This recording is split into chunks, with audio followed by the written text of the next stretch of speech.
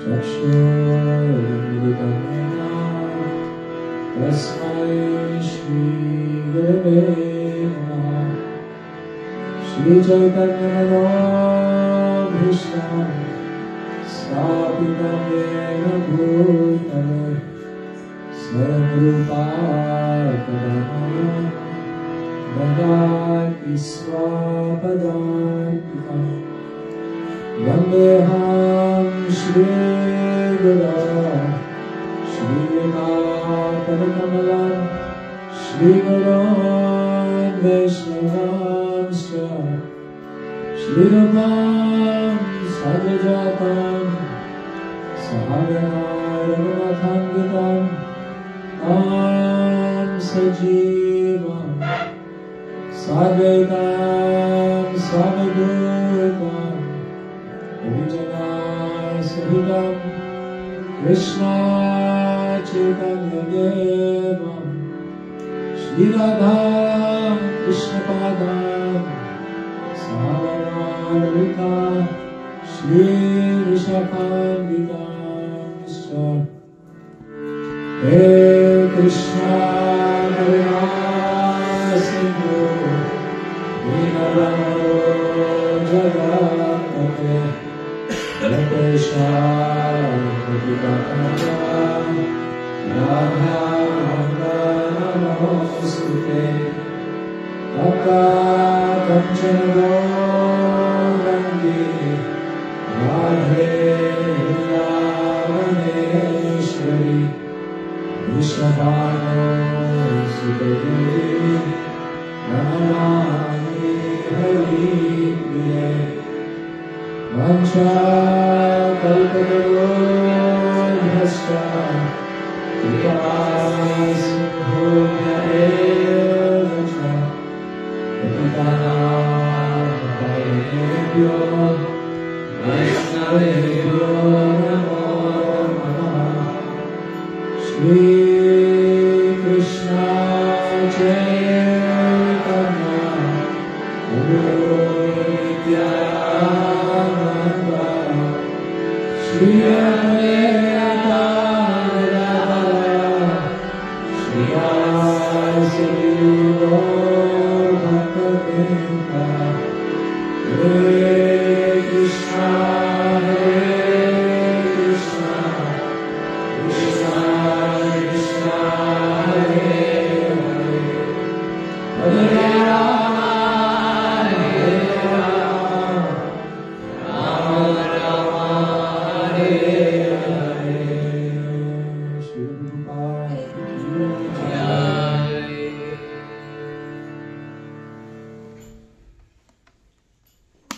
Good evening, everyone. Thank you so much for coming. So I was thinking this evening we could just spend some time together discussing. Perhaps you have some questions, maybe from our morning discussion, or we can also have general questions that you may have. So please think. I'll just say a few things and then oh wow, an angel has come. Oh wow. Which planet did you come from?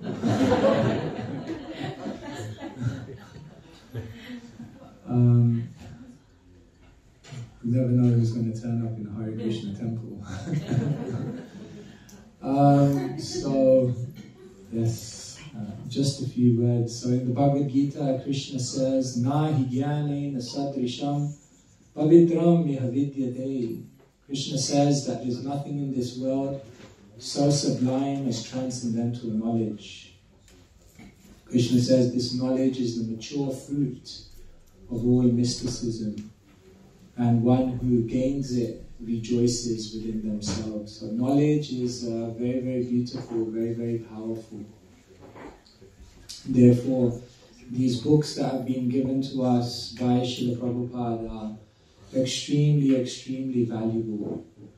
One time, His Grace Dhananjaya Prabhu, disciple of Srila Prabhupada, he was with his spiritual master, and out of the blue, Srila Prabhupada just said to him one day, "It's too late. he wasn't sure what Prabhupada meant by that. So Prabhupada said, it's too late. So he still didn't understand, and Prabhupada said, even if tomorrow all of the devotees leave and all of the temples close, it's too late because the books are out there. He said, some person will read the book, get convinced, and start the whole thing again. So that's very powerful to think that this knowledge, this wisdom is so powerful that anyone who absorbs it deeply, not only do they experience life in a different way, but they can change people's lives, they can change the world. So in the Bhagavad Gita, if you see, Krishna likens knowledge to different things. We can say broadly 4 things Krishna compares knowledge to. The first metaphor he gives is he talks about Jnana Agni. He says knowledge is like a fire. Why? Because Krishna explains that in this life, all of us are due many reactions from previous lives. And why do reactions come to us? Because we have to learn things about life, and therefore Krishna gives us karma. But Krishna says that knowledge is like an Agni, a fire. Because if someone is able to sit and deeply absorb the knowledge that Krishna is giving, then from listening they can absorb all of the lessons they need to learn. And once they absorb all of the lessons, there's no need for them to experience that karma. And therefore Krishna says knowledge is like a fire which can burn up your karma, because it teaches you the lessons that your karma is meant to teach you. And therefore, in many ways, many reactions may be immediately removed. Krishna also says knowledge, jnana plava. Krishna says knowledge is also like a boat. Because this world is very rocky, there are many ups and downs, there are many unexpected things, and there are the unlimited waves of material nature. But what Krishna says is when you have knowledge, you're protected against the oceanic material world, which is so unpredictable. In other words, knowledge gives you the equanimity of mind to deal with anything that may come in life. And therefore it gives you that steadiness and that protection. Krishna also says, Jnana Ashina. He says knowledge is like a sword. Because in our heart there may be many doubts. Spiritual life is fueled by faith. Ado, Shraddha. In the beginning there must be faith. And therefore anyone who has a high quality of faith, they can make a lot of progress on the spiritual journey. But sometimes doubts overcome our faith. We have doubts maybe in the philosophy, we have doubts maybe in the movement, we have doubts maybe in other devotees. Sometimes we have doubts in ourselves, and these doubts are likened to demons. And therefore Krishna says, Jnana Ashina, knowledge is like a sword. And what it does is it cuts away at all of the doubts, and it increases one's quality of faith. And then finally Krishna says, Jnana Deepena. He says knowledge is like a lamp. Because the world that we're living in is a very dark world. Kaler dosha nidhe rajan. And therefore the knowledge that we receive is like a lamp, because it helps us to understand how do we navigate ourselves out of this world. How do we navigate ourselves so that we don't hit obstacles. And therefore in this way knowledge is like a lamp which helps you in a dark room to avoid the obstacles and find the exit. So like this, in many ways, Krishna is encouraging us that spend your time trying to absorb this wisdom very deeply. Because remember, the first class person learns from hearing. If we can become good listeners, of course, Srila Prabhupada's own spiritual master noted that in Prabhupada. He said, I've noted him. He listens very well. Because if we can sit down and deeply absorb the wisdom that Krishna is giving us, we can save ourselves from a lot of problems in this world. But if we don't learn by hearing, then the next option Krishna gives is to learn by observing. And if we don't learn by observing, then Krishna gives us an experience. What we call in English, the school of hard knocks. So therefore, best is if we can learn many things by hearing. Therefore, to become a good listener. Sutta Goswami, one of his names is Ugra Shrava. It's a very interesting Sanskrit word. Ugra means voracious, and Shrava means listener. So the name of Sutta Goswami is literally one who is a voracious listener. He has to listen more and more. He drinks it up when someone speaks. Harikatha. So therefore, even in Sanskrit, for example, the name of a learned person, one name, is Bahushruta. A learned person in Sanskrit is known as Bahushruta, which literally means one who has heard many things. One who listens very, very well.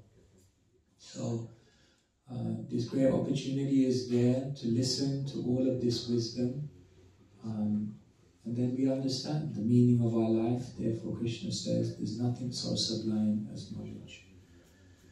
So yes, these were just some opening remarks, and yeah, over to you if you have any questions or any things you would like to discuss, then we can go one by one. Yes. Okay, so some things are hard to understand and believe in. For example, this morning the Pracheta meditating for 10,000 years underwater. So which is, and then when you see the Agasura snake, being able to swallow kids, some people think, does it need some scientific, modern or Vedic explanation? So people otherwise. Yeah, so how do we understand all of these things which seem beyond our conception? Is it really true or is it mythology? The first thing to understand is that our perception is limited. If you told someone 100 years ago that they would be able to pick up a plastic device, press a few buttons, and be able to speak to someone anywhere in the world, they would look at you like, what are you talking about? But now we pick up our phone and dial a number without a second thinking of it. In other words, the world changes, perceptions change, our experience of reality changes. And therefore, if we measure reality by our perception, we will always be very, very limited in our understanding. Once we were in Soho Temple, I remember Jayaveta Swami was doing question and answers. And someone put his hand up and said, Hanuman jumping from one country to another? Do you really believe that? So Maharaj looked at him and said, just because you can't do it. So he got a little bit offended. He said, maybe I can do it. How do you know I can't do it? Maybe I can. So Maharaj looked at him and said, well, if you can, Hanuman can also. So if we measure things by our ability, our experience, then we'll necessarily be limited. Therefore, Jiva Goswami says, there are 3 ways of acquiring knowledge. There are 4 branches of philosophy, and one of the branches of philosophy is known as epistemology. So this is one major branch of philosophy, and epistemology deals with how do you know what you know. So Jiva Goswami says there are 3 ways of acquiring knowledge: Pratyaksha, Anuman, and Shabda. So Pratyaksha means your own sense perception, Anuman means your logical inference, and Shabda means hearing from authority. So he systematically shows how if you simply rely on Pratyaksha and Anuman, you will be misled. So therefore, scientific people may claim that religious people are not logical in their thinking, but it's just because they're seeing everything through their perception. But we can also make even science is illogical, like even atheism is illogical. It's not even good philosophy. Like, I'll give you an example of how atheism is not good philosophy. According to atheists, there's nobody in the world who's omniscient.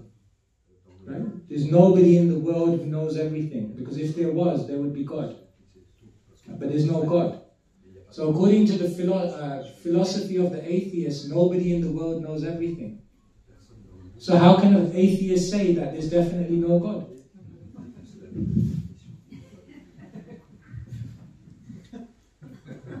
This doesn't make any sense.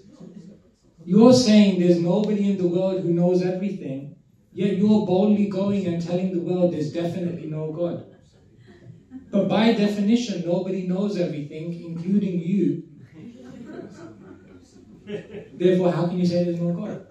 The best you can say is, I don't know. That's the best you can say. Because otherwise, your own philosophy is logically inconsistent.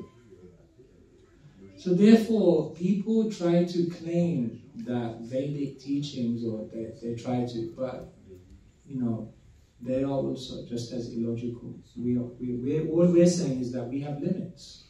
So when we read Bhagavatam, we believe these things to be true. Not because we've experienced it, but because we know that our experience is limited. Does that make sense? Thank you.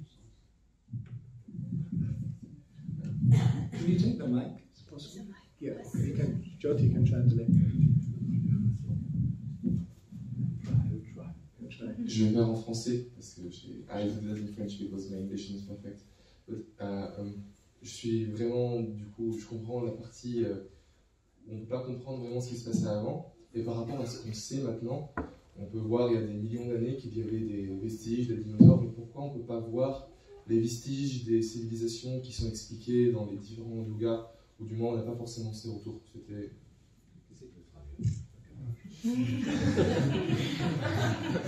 So he's asking from our history that is told at school that we can see the fossil of the dinosaur and so on.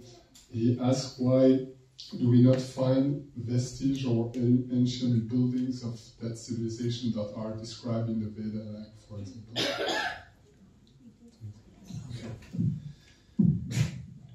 So the first thing, so everyone got the question? Why, if we believe in ancient civilizations and so on and so forth, why are there not remains or fossil records or so on and so forth?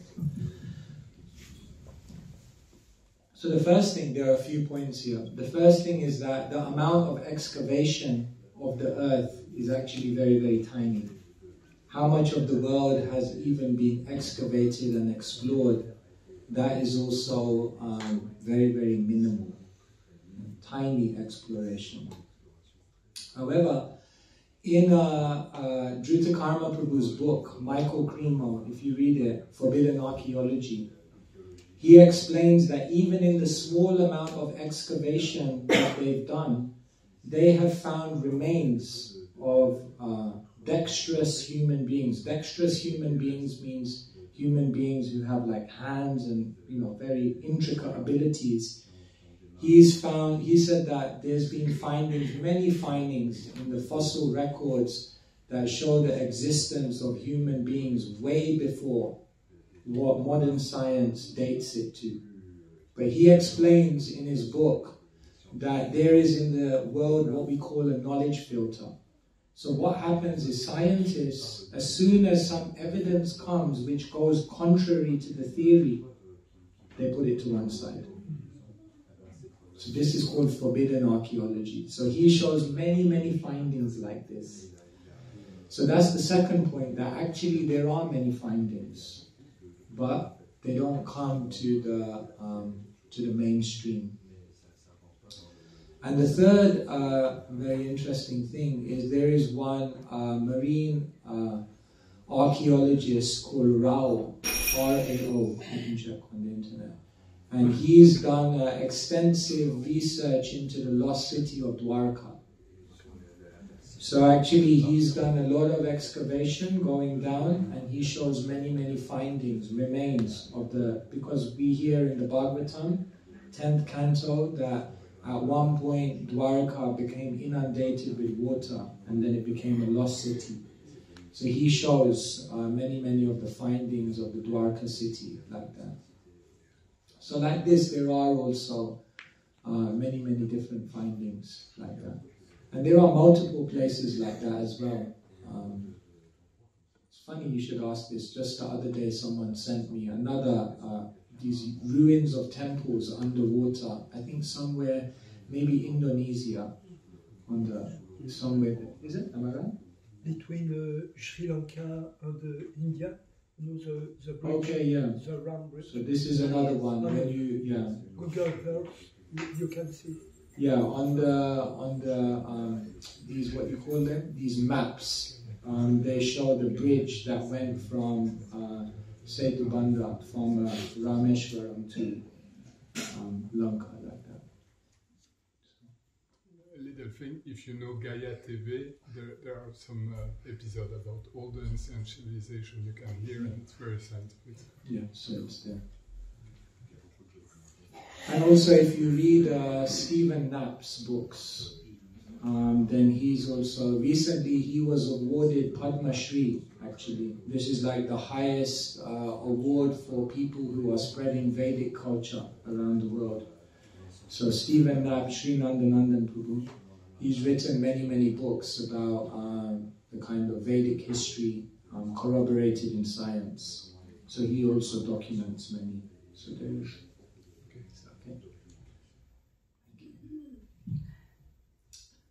Anyone else?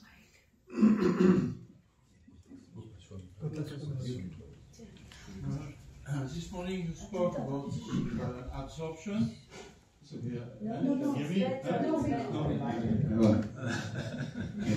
excuse me, Lord. So this morning you spoke about absorption in Krishna consciousness, and friendly relationships between the devotees. So I'd like to hear a little more about the link between those two aspects of Krishna consciousness, absorption in Krishna and friendly relationship between the devotees. If I can add a little something. Externally, or like in a caricature, people, they see Indian spirituality like more otherworldly towards the absolute. Not so much caring for others' fellowships. And the West speak, like in Christianity today, speak a lot about, love and your neighbor, this and that, but not too much about God. So, what is can you speak a little more on the link between absorbing love of God and developing friendly relationships? Thank you so much. So it's very interesting. I'll come to that point. I'll just ask you a question first. In the 7th canto of the Bhagavatam, Narad Muni is explaining about deity worship. And does anyone know when deity worship was introduced? In ISKCON? Not in ISKCON, in the world, in the universe. So he says, I'm just trying to find the verse here. He actually says that deity worship was introduced in... 7:14:39. Yeah, okay, you got it. Thank you so much, scholar. 7:14? 39. Okay, very good. Wonderful, yeah. 7:14:39. So anyone know when deity worship was introduced? This explains. Deity worship, according to this verse, was introduced at the beginning of Treta Yuga. And do you know why it was introduced at the beginning of Treta Yuga? this is what the verse says. My dear king, when great sages and saintly persons saw mutually disrespectful dealings at the beginning of Treta Yuga, deity worship in the temple was introduced with all paraphernalia. This is very interesting.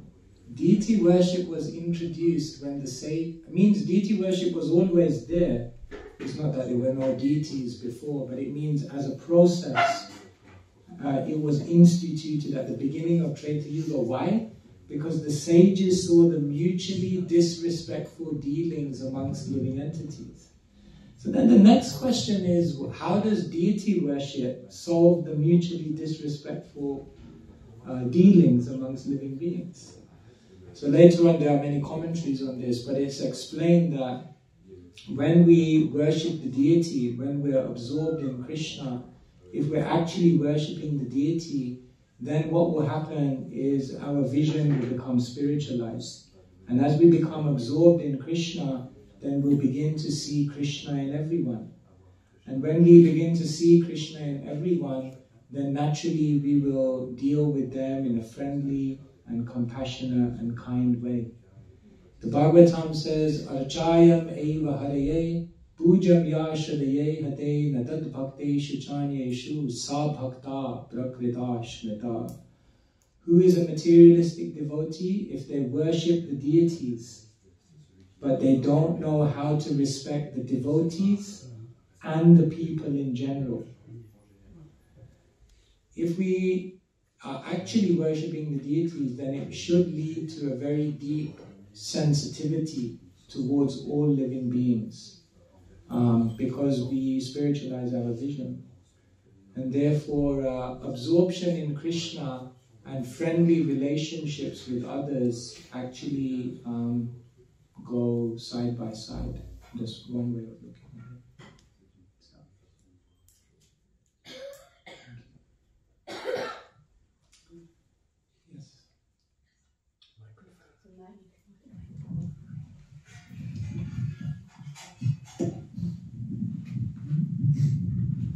Thank you, Maharaja. When you spoke this morning about offences, and one of the biggest offences is towards devotees. So if one does make an offence to a devotee, and you say sorry, but they don't forgive you. they don't forgive you, how do you say sorry like you really mean it, and how do you know it's reciprocated? So yes, if we feel we've offended someone, we feel we've said or done something which is hurtful to another Vaishnava, then the first thing we should do is, of course, we must beg forgiveness.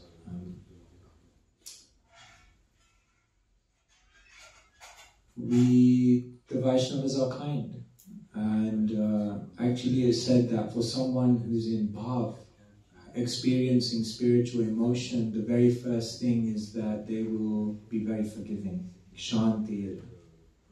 Rupa Goswami says the first characteristic of someone in bhav is that they're very, very forgiving, because when we are with Krishna, when we're seeing the bigger picture, then we don't take the offences of this world so seriously. Therefore, you see all the Vaishnavas generally are very forgiving. Ambarish, very, very forgiving. Parikshit Maharaj, very, very forgiving. The Pandavas, Yudhishthira, Arjuna, very, very forgiving. Vasudeva and Devaki, very, very forgiving to Kamsa, ready to also. So like this, one can measure one's advancement actually by their ability to forgive. The more forgiving one is, it's said that the Vaishnava is so forgiving that they forgive the offense before it's even been made. Amazing. So in this way, for ourselves, we should try to exude a mood of forgiveness. But if we've committed the offense and we seek forgiveness, and for some reason a Vaishnava is still angry, then the next thing we should do is try to serve that Vaishnava. Try to pacify them. And if that doesn't happen, then the scriptures explain, then your only recourse is to pray to the holy name. And pray for the shelter of the holy name. That's all we can do. So the other major thing that's very, very important in being forgiven is that we change from whatever we've done. We should learn, we should improve, we should not do it again.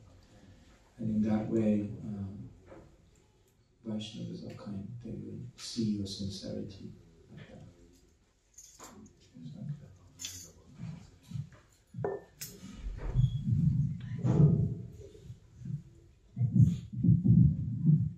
Trying to be faster with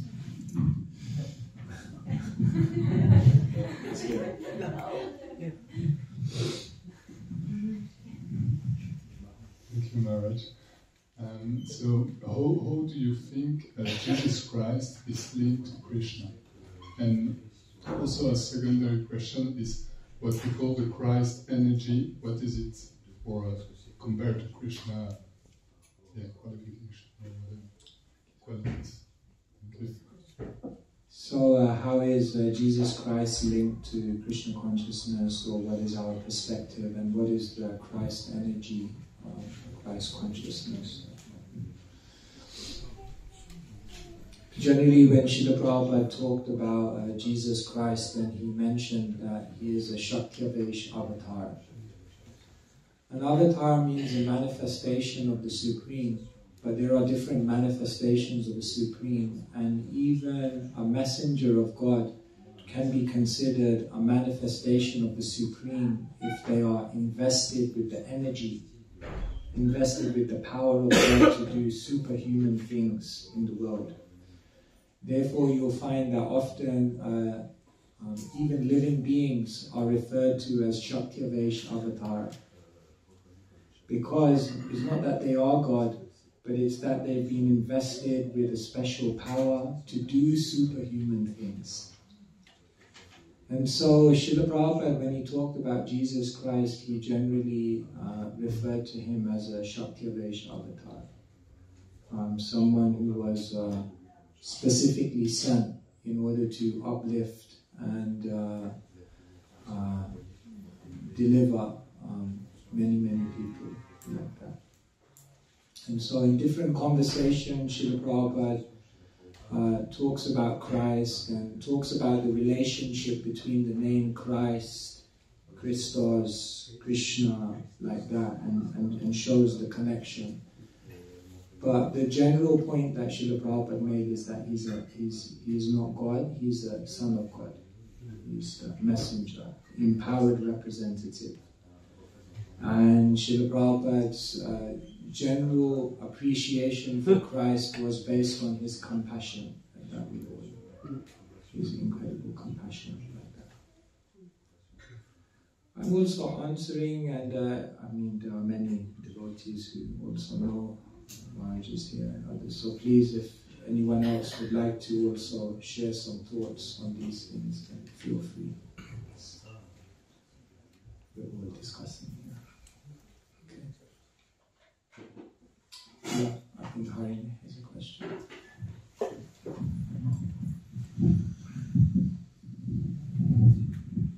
Maharaj, could you say a few words about how can we develop humility? With great difficulty. Yes, to become more humble than a blade of grass, to become more tolerant than a tree. So,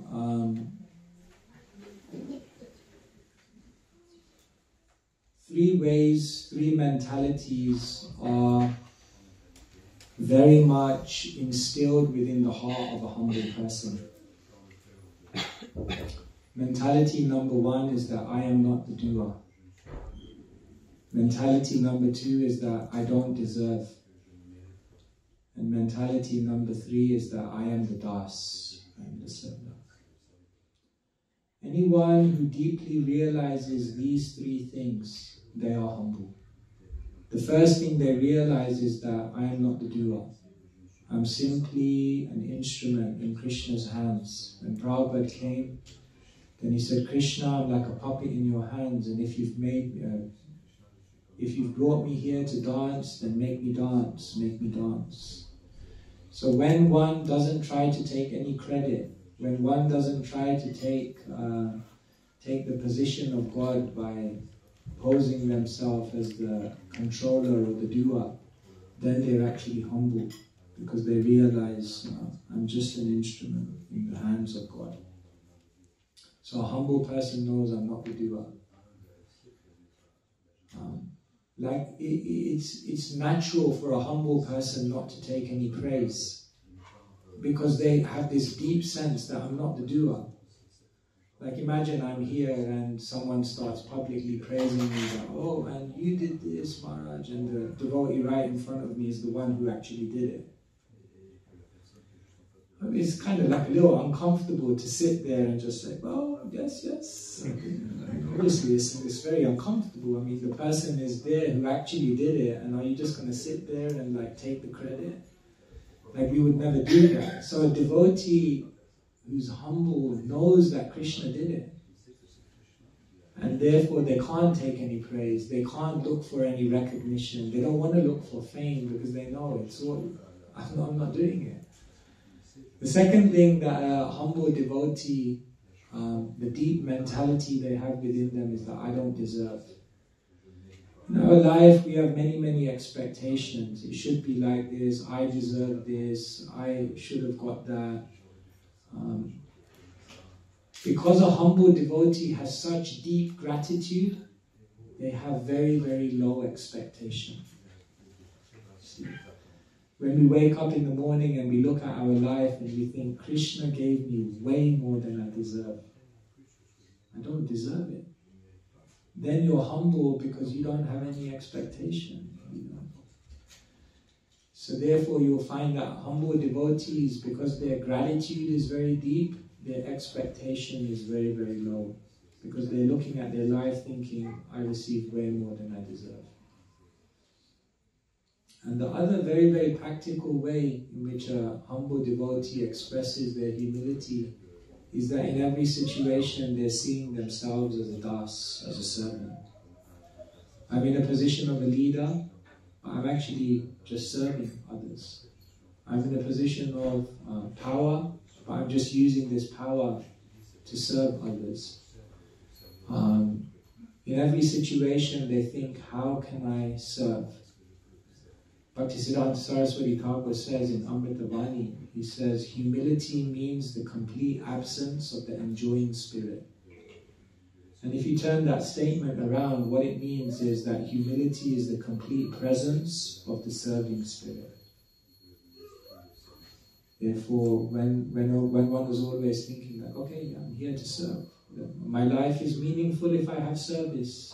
Let me serve. Then they're humble, because they've taken the humble position. So we can't always be humble, but what we can do is we can take the humble position. And the humble position means to take the position of serving.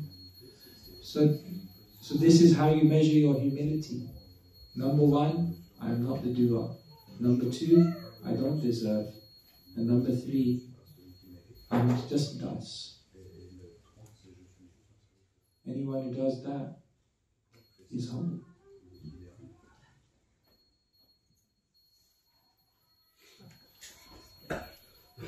Yes.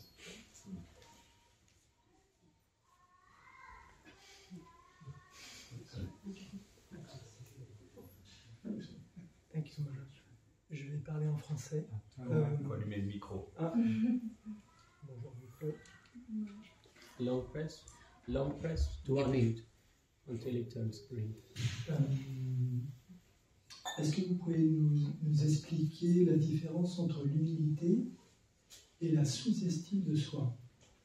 Parce que la sous-estime de soi, pour moi, je pense que c'est plutôt un obstacle.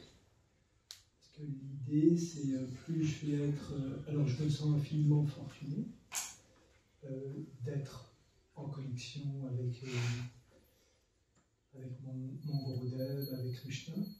Et en même temps, plus je vais être en estime de moi, en estime saine, plus je vais pouvoir accomplir un service puissant. Est-ce que vous pouvez nous dire, développer un petit peu ça? Okay, so the question is, thank you, Maharaj. Can you explain the difference between humility and Low self-esteem. yeah, exactly. And because he said, I like my over there, something like Je this. suis conscient de la grande miséricorde, de la grande richesse de la bhakti. So he's very aware of all the bliss that he got through bhakti, and but he wants to not be on low esteem, to be use this power to serve and be humble, like something like this. Humility is when we see ourselves to be very, very small, because we are seeing how amazingly big Krishna is.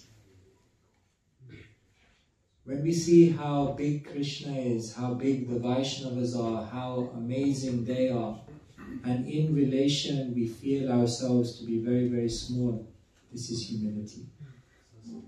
But when we only see ourselves as small, but we don't see the greatness of Krishna, the greatness of the Vaishnavas, then this is called low self-esteem. So, a humble devotee never becomes depressed. Oh, I am so small, I am so insignificant, I am tiny. They never become depressed because they are seeing themselves as very small, but they're also seeing themselves as connected to these great Vaishnavas, connected to Krishna, who's so great. And therefore, Kaviraj Goswami will say, for example, in Chaitanya Charitamrita, I am lower than the worm in the stool. I am more sinful than Jagai and Madai. Anyone who sees me loses all their pious credit. And then in the next verse, and he says, but I got the mercy of Nityananda, therefore I'm jumping up in joy. So a humble devotee never becomes depressed because they know I'm small, I'm tiny, I'm insignificant, but I'm connected to these incredible personalities, therefore my life is meaningful, and therefore there's hope for me. But one who only sees themselves as small, they have no hope. They have no future, they have no opportunity to progress. Therefore, it's very damaging. Does it make sense?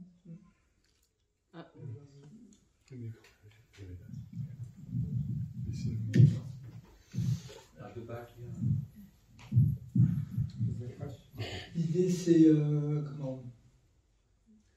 C'est plus j'ai une image saine de moi, Maybe you should call them. plus je peux prendre, comment je peux accepter des responsabilités et puis accomplir un service, big service, strong. Yes, we should like.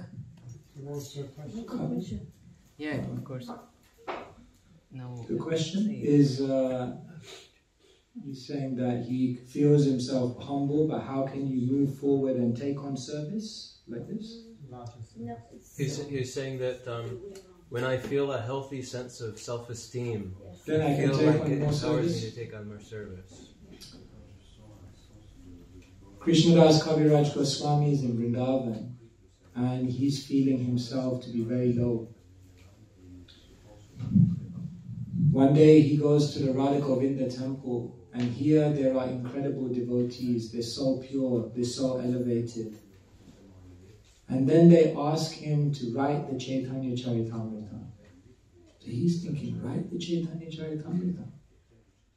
And then in one verse he says, Murkhani chak shudre ami vishaya lalas Vaishnavagya bole kore eite ka sahash. He says, Murkha, I'm a fool. Nicha, I'm so low. Vishaya lalas, I'm only affected by sense gratification. However, then he says in the next line, Vaishnavagya, but the Vaishnavas have asked me. The Vaishnavas have empowered me. The Vaishnavas have invested their grace in me, and now therefore I have become very enthusiastic to do this service. So the enthusiasm to serve and the boldness to do amazing things for Krishna comes from the dependence on Krishna's and the Vaishnavas. The devotees, they can do like outrageous things, like bold things, because they know if Krishna empowers me and the Vaishnavas empower me, anything is possible. Despite their grace far outweighs my incompetence. And therefore this is how you become bold, based on humility, dependence. Does it make sense? I think at the back, Prabhu wanted to ask.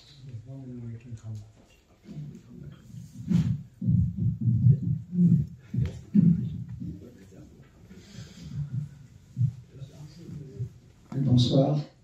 Je voudrais poser une question par rapport à Prabhupada. Vous entendez? Oui. Il a été élu gourou de l'univers à la dernière Kumbh Mela. Alors, je ne sais pas qui sont les gens qui l'ont élu. Et je voulais savoir qu'est-ce que ça peut changer pour le mouvement ISKCON, le fait que Prabhupada, avec ses nominations, je me pose la question, est-ce que finalement Prabhupada est-il un avatar de Krishna? Et qu'est-ce que ce mouvement pourrait, en France surtout, puisque nous on a ISKCON n'est pas très connu. Moi j'ai entendu pour la première fois le nom de Krishna il y a 3 ans. J'ai 83 ans. Pendant 80 ans, j'ai été ignorant complet. Alors, est-ce que cette nomination peut aider le mouvement ISKCON en général dans le monde? Et quelles sont les conséquences avantageuses pour le mouvement ISKCON, surtout en France?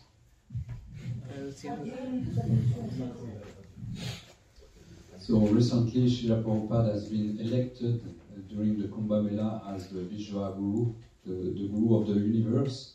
So what he will bring into the society at large, and especially in France, because here he heard about Krishna only 3 years ago, and he's 83, so he was 80 years without knowing about Krishna. So what he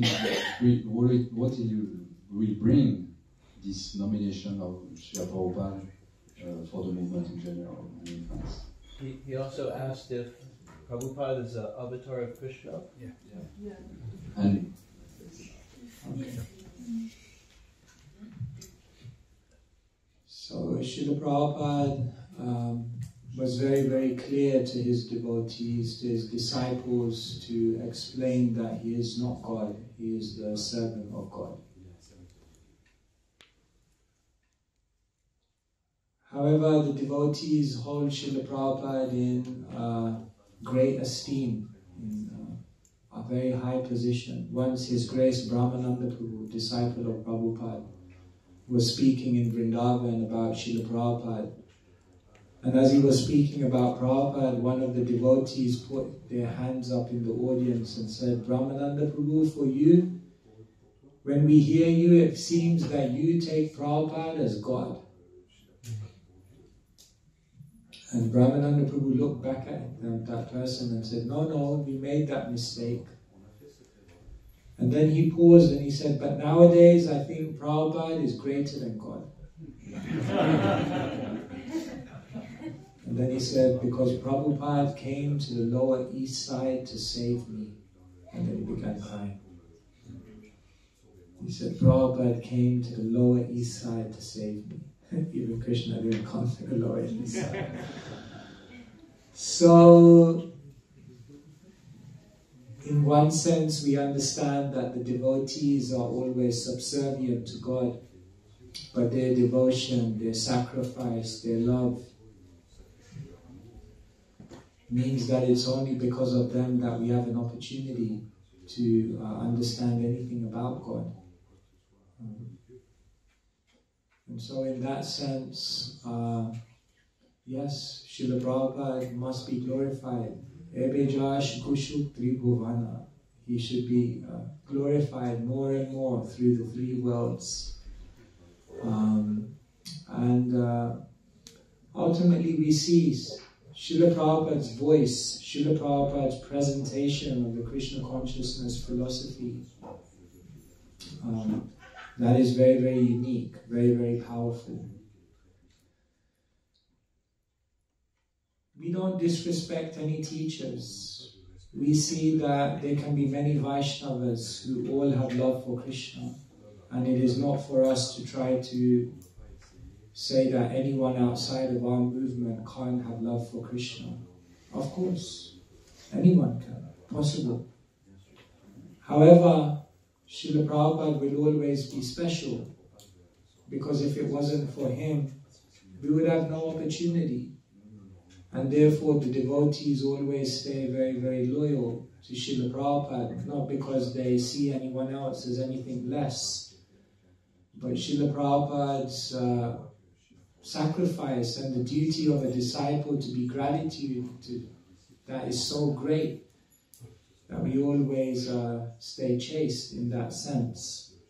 Like in 1968, Srila Prabhupada became very sick, so he had to go back to India. And because the devotees were very young, so one of the devotees said to Prabhupada that now you're going back, Prabhupada, to India, how will we carry on? And then one devotee said, Prabhupada, maybe someone else can come to replace you. And Prabhupada looked down and he said, my spiritual master was no ordinary spiritual master. He saved me. And in that moment, the devotee realized, oh no, what did I say? How can I think that Srila Prabhupada could just be replaced like that? My spiritual master saved me. And therefore there's a very deep gratitude. It doesn't mean that we look down on others, but it means that we have a great reverence towards that person who saved us. And so yes, Srila Prabhupada and his position, we want that to be glorified throughout the three worlds. Is that okay?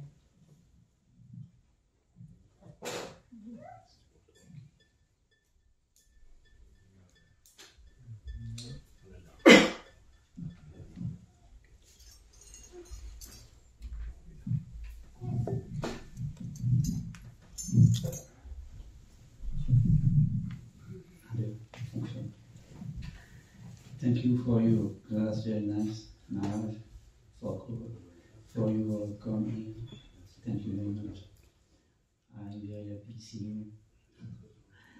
And I have one question.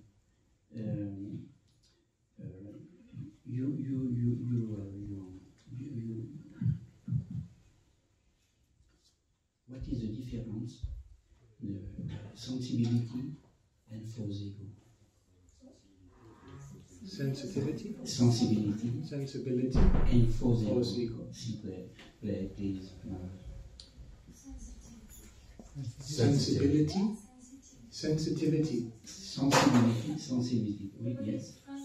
Oh, okay. It's a false word. And false ego. Oh, okay. So what's the difference between sensitivity and false ego? Yes.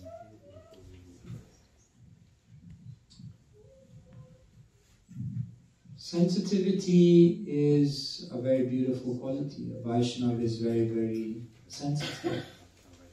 Bhakti is all about having a soft heart. If we are hard-hearted, if we are insensitive, then how we can exchange emotion? Therefore, we must be soft-hearted.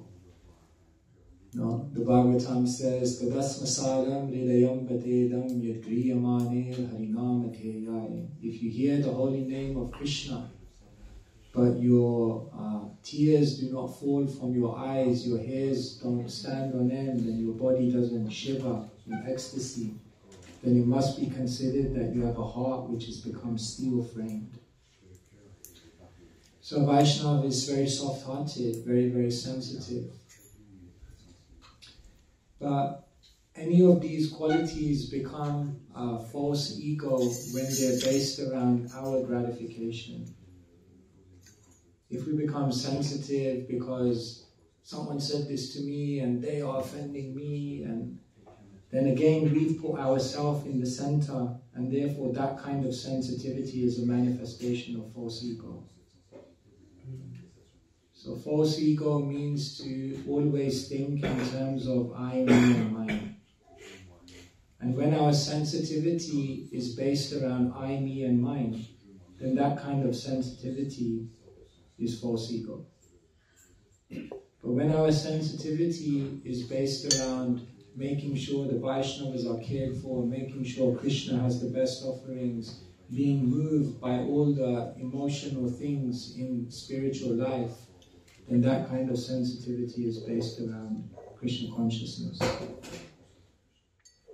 So it just depends who is the center. But we must be sensitive, because bhakti is a tradition of relationship. It's a tradition of exchange. It's a tradition of love and exchange of community. That means it must be the highest sensitivity.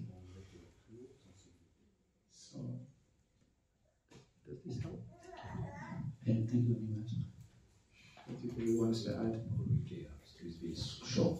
I just want to, can you explain what the soul loses independence in contact with the matter? Can you explain something about that? L'âme perd son indépendance au contact de la matière. Est-ce que vous pouvez commenter sur ça? Well, there's only one thing that the soul has that Krishna never takes away. And the only one thing that we have that Krishna never takes away is free will. So free will is there. And the independence of the soul is based on the soul's ability to exercise free will. But what happens is when the soul comes under the effects of the modes of nature, especially ignorance and passion, then free will is covered. For example, do you think a person who picks up a cigarette packet which says smoking kills, and then takes a cigarette from that packet and smokes it, are they exercising free will? Yes or no? Yes. Yes. Are they? No. Yes. Yes and no. Yes and no. Yes and no.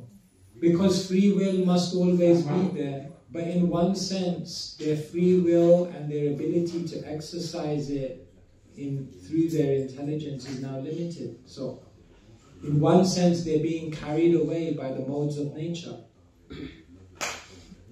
So the more you're affected, like when Srila Prabhupada arrived in America, then he wrote this poem, and then in one stanza he writes, Rajastama guna era sabayaya chan Vasudeva Kataruchi Nahise Prasana.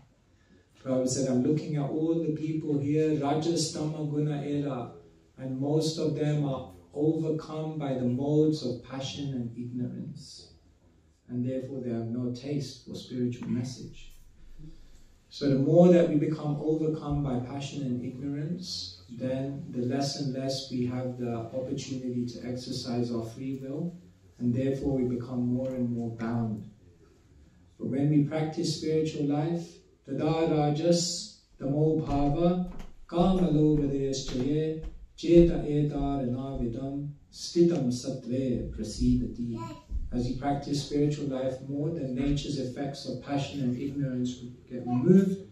One gets elevated to goodness, and in goodness all the gates of the body are illumined with knowledge, and one is able to actually exercise their free will in an appropriate way, and therefore they gain release from the effects of material nature.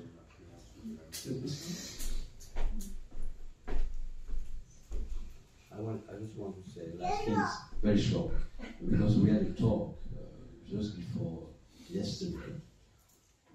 And we explained that during the Bhagavatam class, this is a different world. And at least temporarily we become free from the 3 modes of Macha nature. It's Bhagavatam class is very special. And we discussed, and this morning you were reading the drop of the Bhagavatam, and it makes sense.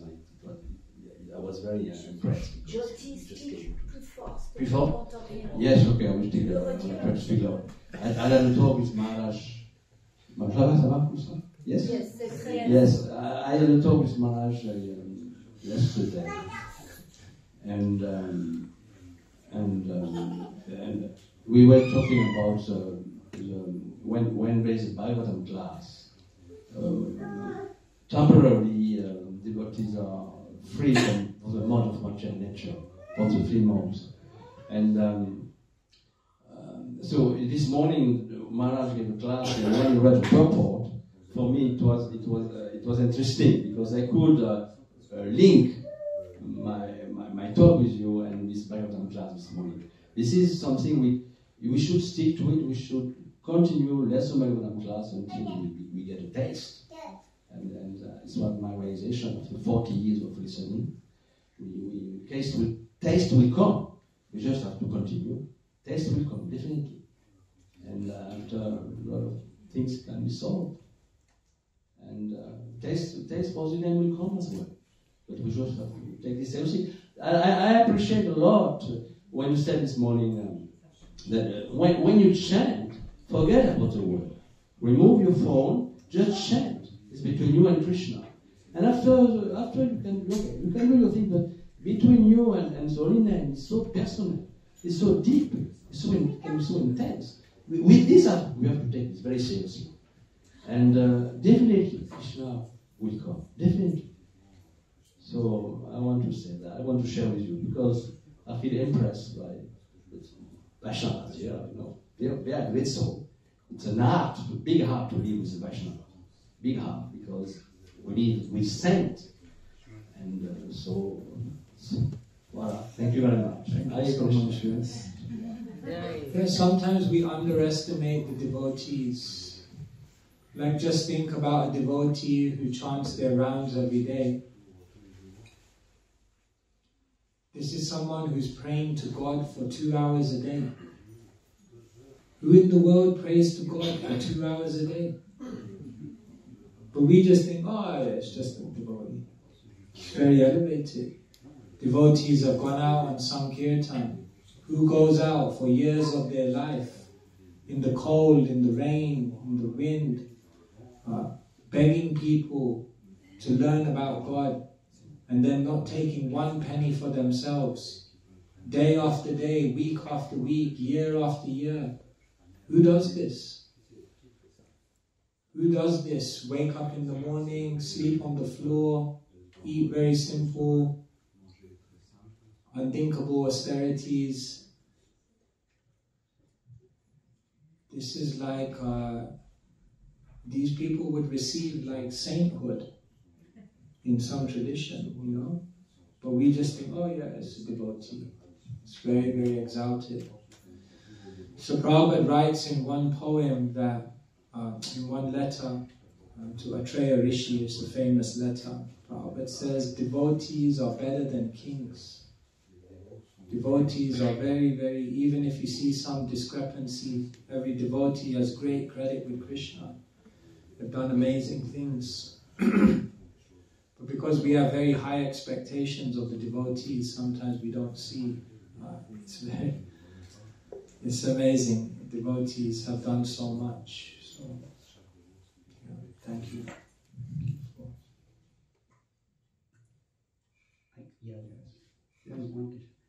Maharaj, what is the first quality of Vaishnava? Honesty or humility?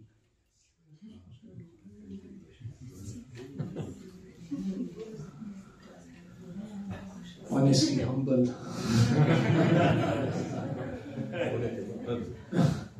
Humility is honesty, isn't it? If you think about it. Humility is honesty.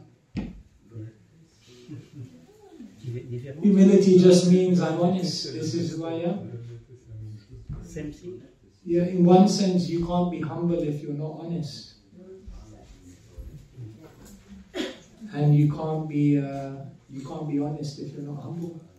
So in one sense they are interconnected. But yes, Krishna says, amanitvam adambitvam. This is very interesting. Krishna, he talks about the qualities of knowledge, if one wants to become knowledgeable. And the first two qualities he gives is amanitvam, without pride, humble, adambitvam, and prideless. These are the first two. So then the question arises, what's the difference between being humble and prideless? Because Krishna says, amanitvam, adambitvam. They're humble and they're prideless. So it seems like a double up. Like, why would you say both things? So in the commentary, Vishwanath Chakravarti Thakur says humility means when you have some good quality, but you don't advertise it to the world. And to be prideless means you don't try to advertise something to the world that you don't have. And that's the distinction he makes between humility and pridelessness. But basically, the point is it all begins with humility. Humility, honesty. Thank you, Mark.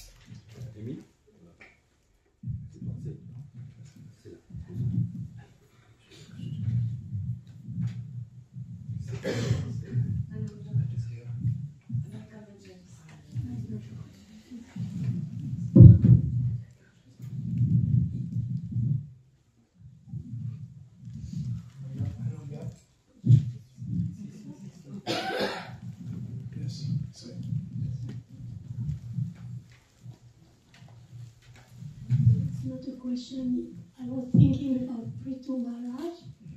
He didn't accept any prize before because he said it's an offense to glorify me before I've done it. I have not done it. Yes, when Prithu Maharaj was in the court and all the bards were glorifying him, he felt very embarrassed because he said, how can you glorify me? I haven't done all of these things yet. Of course, they could understand he was a Shakti Vaishya avatar, but yes, thank you.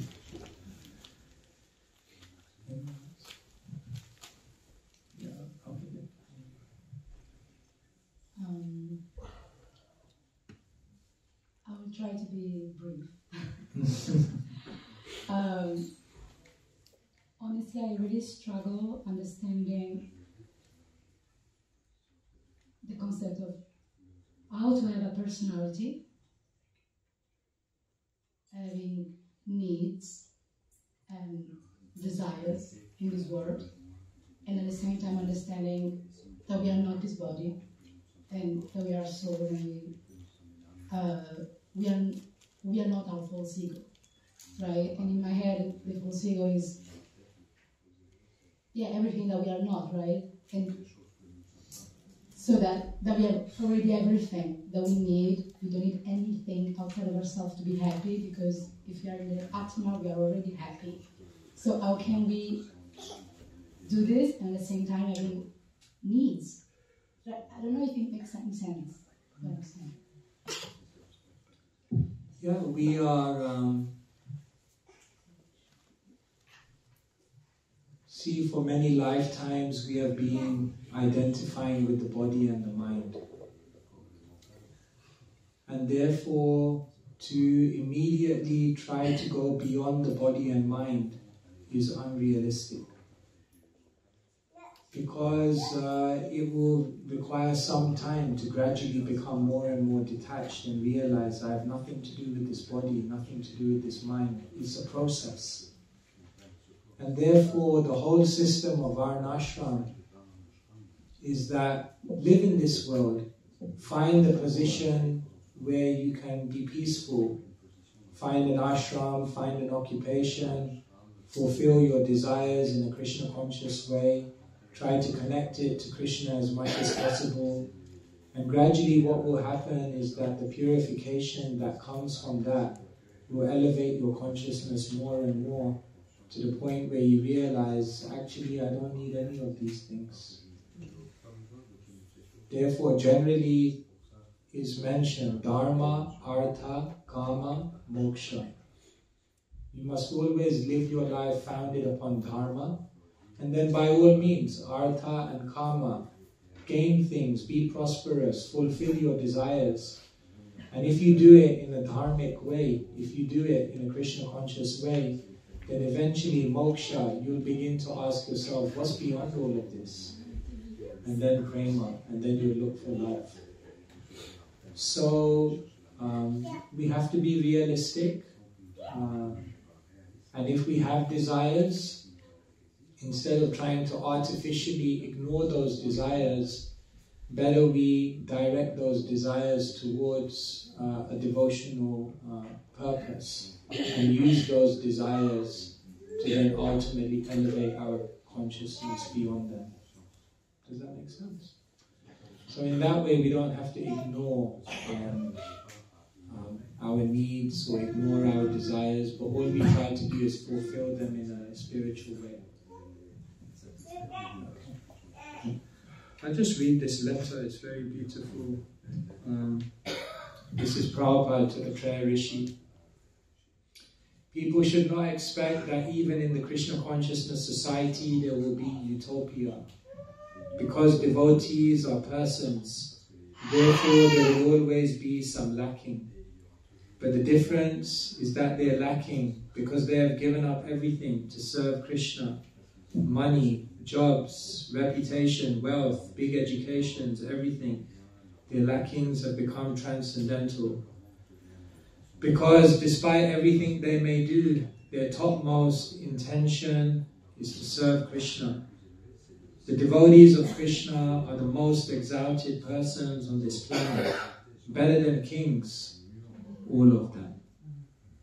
So we should always look for the nectar or the best qualities of a person, not like the utopians who are like flies, who always go to the open sores or find the faults in a person, and because they cannot find any utopia, or because they cannot find anyone without faults, they want to become void, merge, nothing. They think that is utopia, to become void of personality.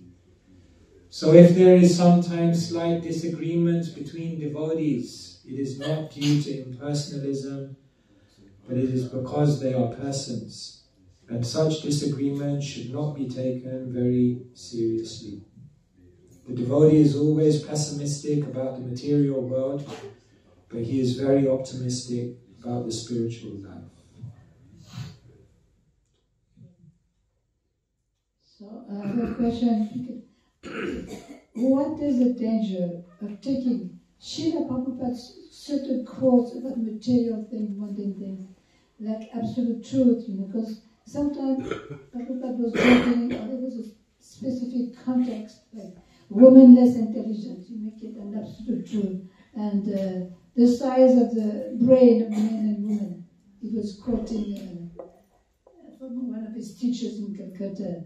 And then you shouldn't discipline kids before they are 5, you shouldn't say anything to them. So sometimes things are understood like absolute, that's practical. Sometimes Prabhupada was joking. Yeah, everything must be understood in context. We don't just, of course we hear what Srila Prabhupada said. Nothing he said is also insignificant, so we have to take seriously everything that he says. But we also have to look at everything else that he says. And we also have to look at what did he do in his life. And when we see all of that together, then we get the full picture. One extreme is to take certain parts of what Srila Prabhupada says and just say, oh no, I don't like that, let's just ignore, pretend it's not there. Another extreme is to take those statements and then to read too much into it without context. Therefore, everything that Srila Prabhupada gave us, every word is valuable, but it must be understood in context. So So yes, Srila Prabhupada may have made those statements, but then what did Srila Prabhupada do in his life? He allowed his lady disciples to give lectures. He allowed his lady disciples to encourage them to take up positions of responsibility, become leaders. So clearly there's more to the statement than just what you read on face value. Therefore that maturity must be there to see everything in context.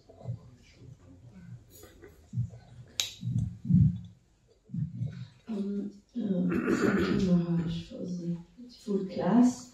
We talked about the false ego, humility, and honesty, and Bimadev Prabhu talked about self-esteem and be in an healthy place in self-esteem.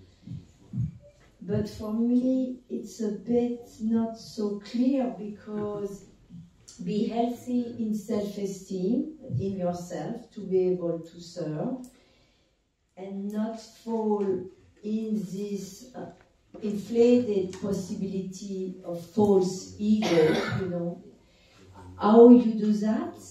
And you also said, which I understand, and I can understand more, what the sacrifice Vaishnav do, and the round, and the service, and no money, and go to in the rain to do books distribution.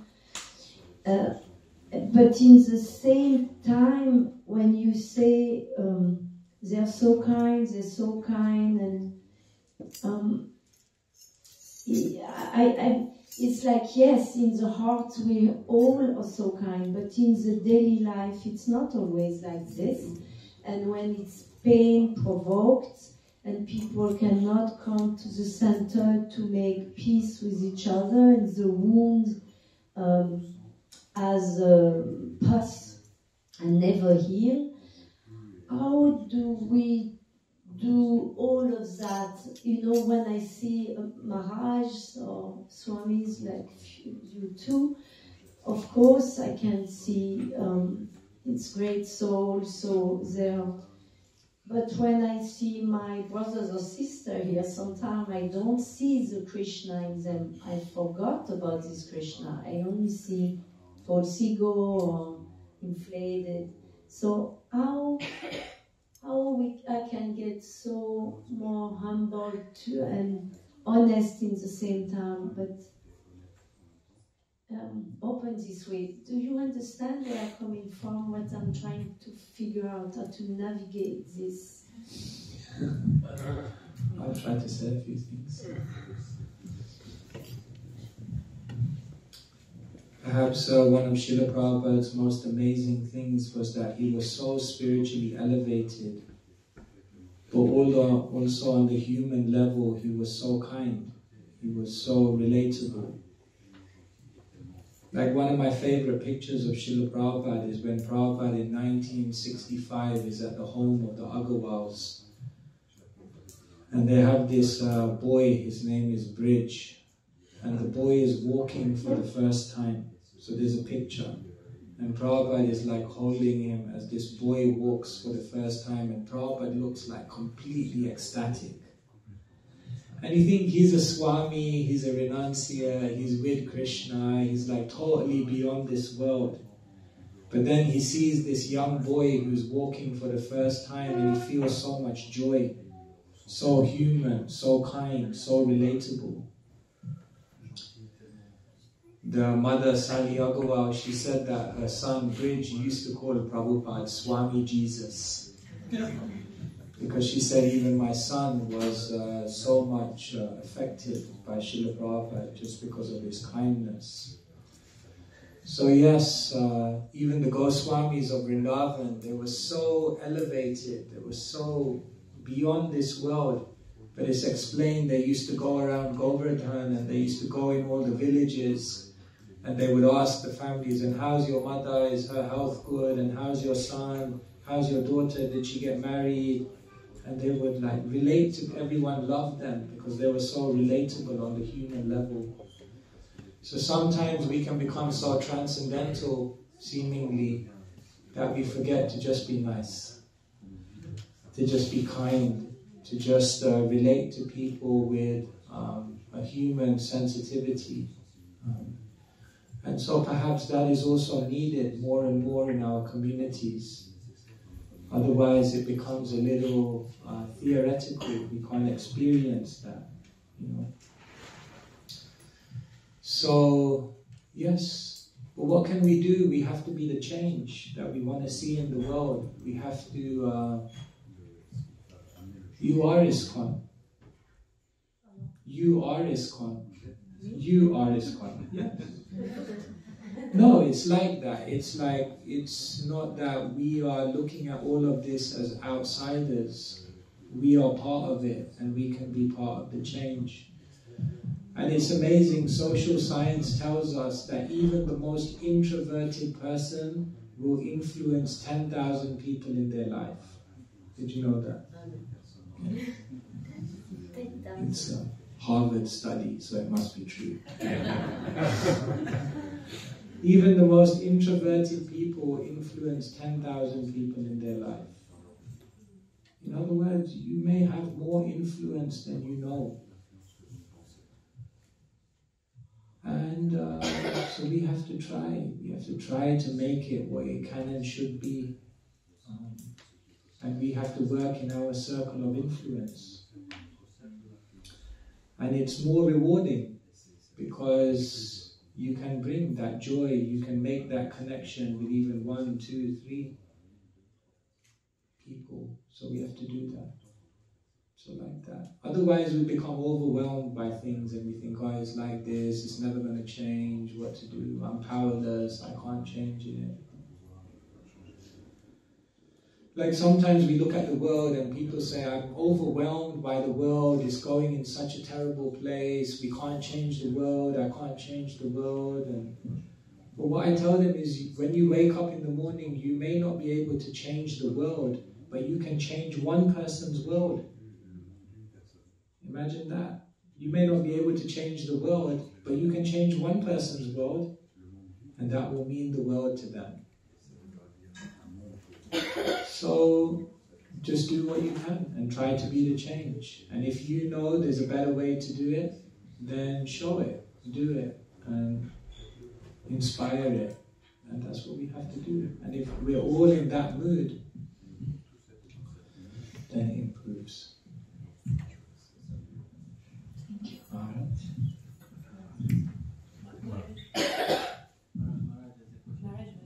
Oh, Maharaj, yes, please. Before me. Hare Krishna, thank you, Maharaj. Maybe the first thing we have to change is ourselves. Yes. Our perception of everything. Yeah. Whatever it is, isn't it? That was Bhaktisiddhanta Maharaj's primary statement, as far as I know. This regards, you can't change everything else. It's going on. Krishna is directing it. It's our perception which we have to change. Whether it's humility, simplicity, honesty, sensitivity, whatever it is, their own way that we see things. At least that's what he said. We can't change anything in this world. We have to change our perception. And that can be evoked by carefully hearing transcendental translation of the holy name. Heart will become purified. All the natural qualities of the pure soul will start to manifest. We have to obviously take into account the day-to-day interactions with the real heart is in ourselves. Self-realization, self-purification, automatically found in us. These are natural qualities of the Vaishnava, not imposed, isn't it? As far as I understand that statement. Thank you so much, Maharaj. Bhaktisiddhanta Saraswati Thakur says in that famous quote, when faults in others misguide you, then be patient, introspect, and look for faults in yourself. Know that nobody can harm you unless you harm yourself. The Lord is testing us. He puts the devotee into these situations specifically, as you were mentioning this morning, as a test, to actually help us to take shelter of Him, and not just some theoretical application or whatever, morality, but to have the whole meaning. Srila Prabhupada said here in Paris, in 1971, humility means nobody, not your family, not your country, not your gun, use the word gun.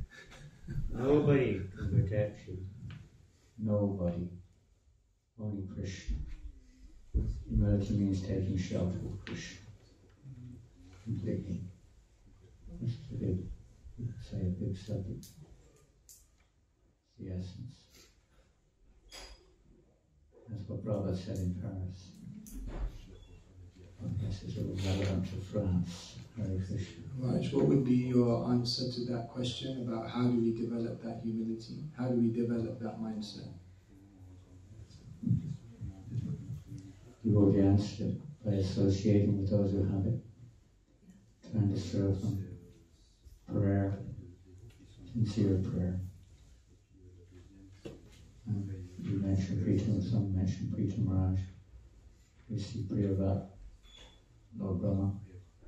They will pray and not become overwhelmed by pride in the execution of their duties. They do it for the pleasure of Krishna. We learn that, isn't it, by association, qualities. Even Hiranyakashipu said that, qualities that association acts like a touchstone or like a crystal. Whatever you place before it reflects. If we sincerely hear and associate with pure devotees of the Lord and try to serve them, follow them, please them, by their mercy of Krishna, naturally qualities can start to grow. I think that we've all experienced that when we sincerely hear the chanting, or what was mentioning about Bhagavatam class, when we sincerely hear what comes up in our hearts in terms of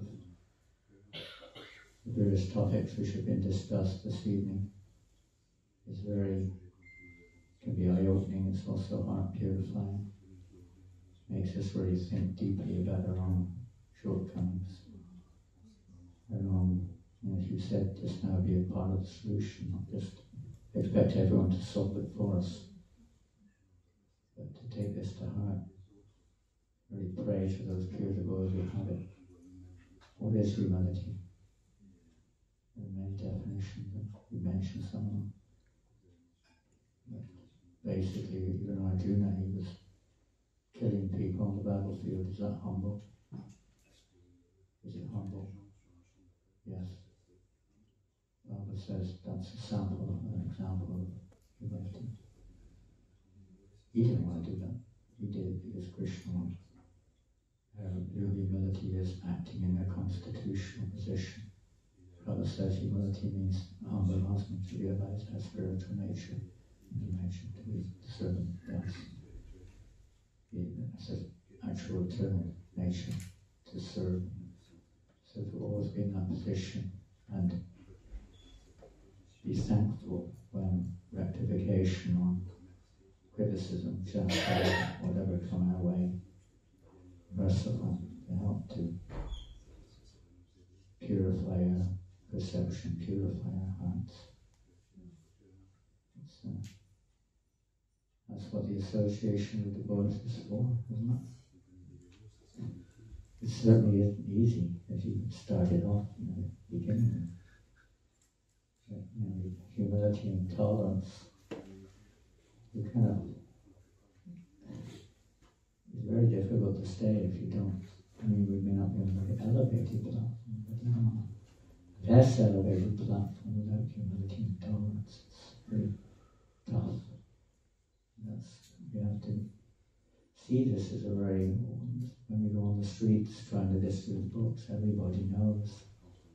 You don't get an awful lot of respect, you don't get an awful lot of people, encouraging you, isn't it? Not so much, You really have to turn to Krishna. Humility is turning to Krishna in every situation, depending on Krishna. So that's what this movement's all about. I don't think that we've come to this movement, as you said, or Prabhupada said, don't expect utopia.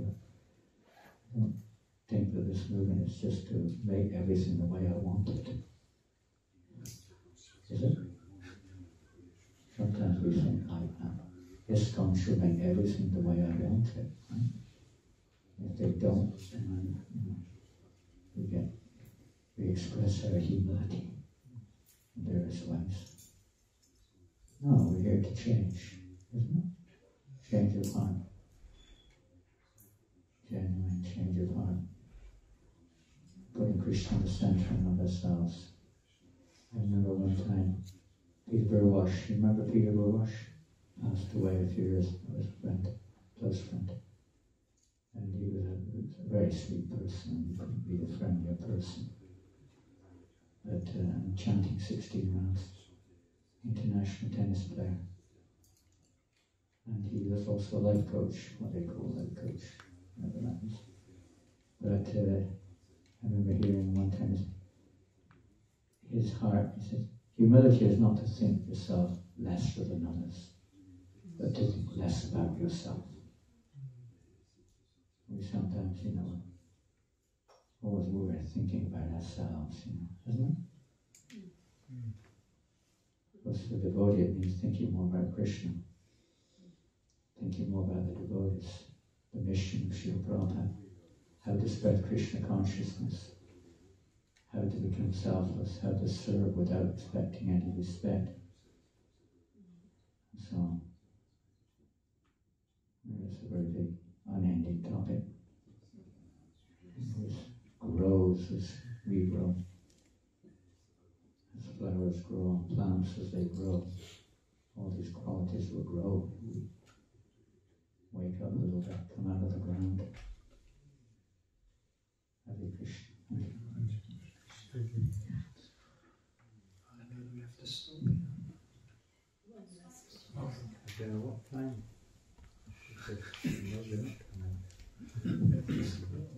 Thank you, Maharaja. It's also beautiful. Humility is turning to Krishna in every situation. Yeah, Maharaja, I want to ask if you can say some words for tomorrow. It's Bhima Ekadashi, just maybe to finish. Give some that we can meditate on. There will be no prasadam tomorrow. All the taps are turned off. Maybe some words of meditation and preparing for tomorrow. No water, no food. Any other questions?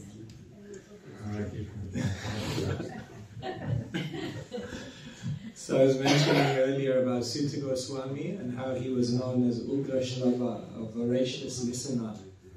So in the Mahabharata you have another personality, Bhima, who was known as a voracious eater. So it's mentioned that Bhima always found it very, very difficult, any kind of vrata with regards to prasada was a challenge. So finally he received this benediction, or I can't remember the exact details, but that if you do this one Ekadashi, if you do this one fast, then you get the benefit of all the Ekadashis in the year and all other auspicious things. Does that mean we can all break Ekadashi all year around?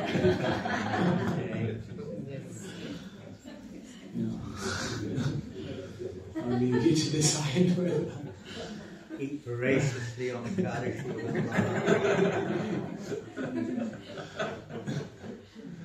Prabhupada didn't talk about this actually at all, maybe once.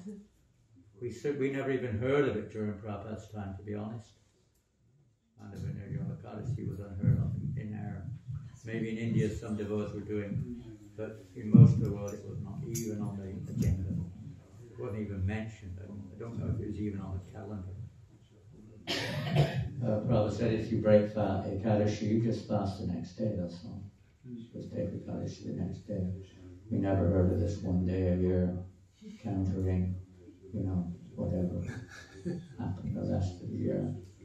Drinking, not eating, and then the next day sleeping and doing no service both days. Advertising how many rounds you chanted, and the fact that you didn't even drink a drop of water between sunrise and sunrise. I don't think that was Prabhupada's mood. No harm if you can do it, but you should also continue your service without stop. It's not an excuse to drop everything else. I remember one time they introduced the 64 rounds on Ekadashi, staying up all night. Nobody would be there for the morning program. Up all night. Nobody there for the morning program, nobody to do services.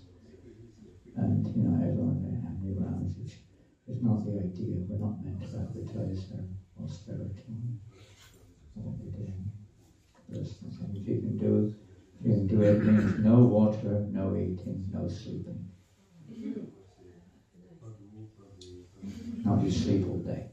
I didn't eat, I didn't drink, I slept.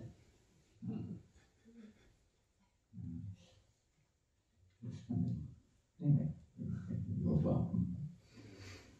If you want to do it, come down to the Little India, we can all do it. We'll go to ISKCON.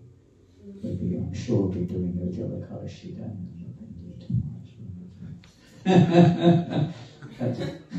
at least for 1 or 2 hours before breakfast. Hare Krishna. Most of the day we'll do it.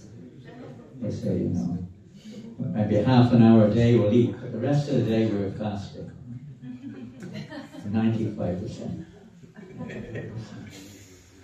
Thank you very much. Don't make a big issue. It's nice, the Ekadashi, it's good to remember, and we should try to take advantage. There's more hearing and chanting about Krishna, and Hare Krishna. Thank you so much. Thank you so much, everyone. Hare Krishna, Srila Prabhupada ki jai. Srila Vaishnava Sangha ki jai. Hare Krishna. Hare Krishna. Thank you, Maharaj, for a wonderful discourse and giving up your time with us. Was it wonderful? Yes!